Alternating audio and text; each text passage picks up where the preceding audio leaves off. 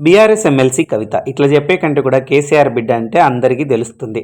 ప్రస్తుతం తిహార్ జైల్లో ఉన్నటువంటి కవిత గారైతే తీవ్ర అస్వస్థతకు మళ్ళీ గురైనట్లు తెలుస్తుంది. ఆమెను ఎయిమ్స్ హాస్పిటల్కి అయితే తిహార్ జైలు అధికారులు అయితే పంపించడం జరిగింది. ప్రస్తుతం చికిత్స అందుకుంటున్నటువంటి కవిత గారి పరిస్థితి అయితే బాగుందని చెప్పేసి వైద్యులు చెప్పడం జరిగింది. దాదాపుగా కవిత గారు లిక్కర్ స్కామ్లో శిక్ష అనుభవిస్తూ అంటే ఆరోపణలు ఎదుర్కొంటూ ఆవిడ సిఐడి కస్టడీలో ఉంటూ ప్రస్తుతం అయితే తిహార్ జైల్లో ఉన్నటువంటి సంగతి మనకు తెలిసిందే. అయితే ఆవిడ గత ఒక 4 నెలల పైనగా జైల్లో ఉంటూ చాలా తీవ్ర మానసిక బాధకు గురైనట్టుగా మనకు తెలుస్తుంది. సో కేసీఆర్ గారు కూడా చాలాసార్లు మీటింగుల్లో కూడా తీవ్ర భావోద్వేగానికి గురైనట్లు తెలుస్తుంది. మరి బీఆర్ఎస్ ఎమ్మెల్సీ కవితకు వచ్చేసేసి బెయిల్ వస్తుందా రాదా? సుప్రీంకోర్టులో నడుస్తున్నటువంటి ఈ కేసులో కవిత గారు విజయం సాధించి బెయిల్ పైన బయటకు వస్తారా లేదా అన్నది వేచి చూడవలసినటువంటి అంశం.